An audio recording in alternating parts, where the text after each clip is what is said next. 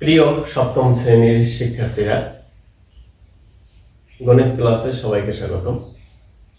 আজকে অনুশীলনী 1.1-এর 2-এ আছে, দেখো, ভাগের সাহায্যে বর্গমূল নির্ণয় করো। ক নম্বরে আছে আমরা 225-কে ভাগের সাহায্যে কিভাবে বর্গমূল করব সেটা সবাই মনোযোগ সহকারে শুনবে এবং খাতায় লিখে নেবে। একটা যদি ভালো করে বুঝতে পারো তাহলে অন্যগুলো সহজে বুঝে যাবে। দেখো কিভাবে এটা করতে হবে। 225 আমরা সাধারণত যে ভাগগুলো করে থাকি এই ভাগটা একটু আলাদা। দেখো এটা কিভাবে করবা, এই ডান দিক থেকে জোড়ায় জোড়ায় নেবা, যেমন এই এক জোড়া, যতক্ষণ পর্যন্ত জোড়ায় জোড়ায় যাবে জোড়ায় জোড়ায় নিবা, এভাবে একটা করে দাগ দিয়ে নিবা, তাহলে তোমাদের সমস্যা হবে না। তাহলে আমাদের দেখো 2কে আমরা বর্গমূলের ভাগ করব। এটা কিন্তু বুঝতে হবে এটা বর্গমূলের ভাগ। এটা আমরা জেনারেলি যে ভাগগুলো করে থাকি সেরকম না। বর্গমূলের ভাগটা কি হবে, যেমন 2 বর্গমূলের ভাগটা হচ্ছে এরকম, যেমন তুমি যদি 2 দিয়ে ভাগ দাও, 2 দিয়ে 2কেই গুণ দেবা, যেমন 2 দুগুণে 4। এখানে যে সংখ্যাটি আছে, যেমন 2 আছে, 2 এর চেয়ে বড় হতে পারবে না, অবশ্যই কম হবে বা মিলে যাবে। তাহলে আমরা এখানে যদি 2 নেই তাহলে 2 দুগুণে 4 বেশি হয়ে যায়। এজন্য আমরা এখানে কি নেব, 1 দিয়ে 1কে গুণ দিয়ে এখানে নামাবা।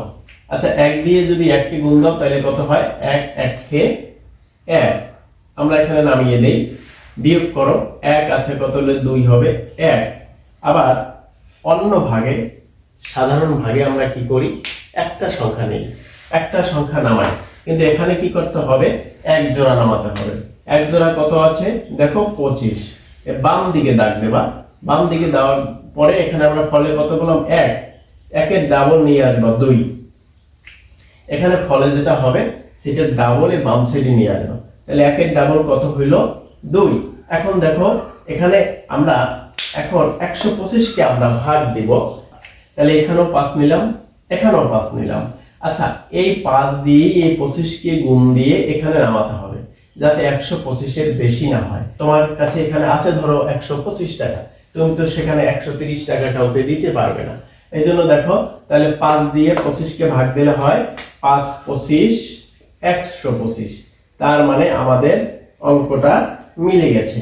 যেহেতু মিলে গেছে, অতএব 225 এর বর্গমূল সমান সমান √225। তাহলে কত পেলাম শিক্ষার্থীরা, 15।